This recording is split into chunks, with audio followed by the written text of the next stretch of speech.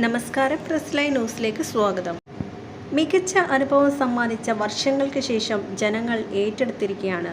വിഷു റിലീസായി എത്തിയ ചിത്രം 5 ദിവസം പിന്നിടുമ്പോൾ ലോകമെമ്പാടുമുള്ള ബോക്സ് ഓഫീസിൽ നിന്ന് 45 കോടി സ്വന്തമാക്കി. ചിത്രമുടൻ 50 കോടി ക്ലബിൽ ഇടം പിടിക്കുമെന്ന കാര്യത്തിൽ സംശയമില്ല.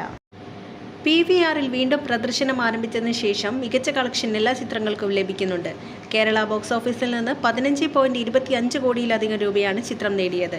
100 കോടി കടക്കാനുള്ള എല്ലാ സാധ്യതകളും വർഷങ്ങൾക്ക് ശേഷത്തിനുണ്ട്. റിലീസ് ചെയ്ത ആദ്യ ദിവസം കേരള ബോക്സ് ഓഫീസിൽ നിന്ന് 3 കോടി രൂപയാണ് ചിത്രം സ്വന്തമാക്കിയത്. ഫഹദ് ഫാസിൽ നായകനായ ആവേശത്തിനൊപ്പമെത്തിയ വർഷങ്ങൾക്ക് ശേഷവും പ്രേക്ഷക പ്രീതി നേടി മുന്നേറിക്കൊണ്ടിരിക്കുകയാണ്. ആവേശം റിലീസ് ചെയ്ത് 5-ാം ദിവസമാണ് 50 കോടി നേടിയത്. അതേസമയം വിനീത് ശ്രീനിവാസൻ സംവിധാനം ചെയ്ത വർഷങ്ങൾക്ക് ശേഷം 50 കോടി ക്ലബിലെത്തുമെന്ന് ഉറപ്പായിരിക്കുകയാണ്. 1970കളിൽ 2 സുഹൃത്തുക്കൾ സിനിമാ മോഹവുമായി മദ്രാശിയിലേക്ക് എത്തിപ്പെടുന്നതും തുടർന്നുള്ള സംഭവങ്ങളിലൂടെയുമാണ് സിനിമയ്ക്കുള്ളിലെ സിനിമാ ചിത്രം പറയുന്നത്. നിവിൻ പോളിയും ഒരു പ്രധാന കഥാപാത്രത്തെ അവതരിപ്പിക്കുന്നുണ്ട്. അജു വർഗീസ്, കല്യാണി പ്രിയദർശൻ, ബേസിൽ ജോസഫ്, വിനീത് ശ്രീനിവാസൻ, നീരജ് മാധവ് ഇങ്ങനെ വലിയ ഒരു താരനിര തന്നെയാണ് ചിത്രത്തിൽ അണിനിരക്കുന്നത്.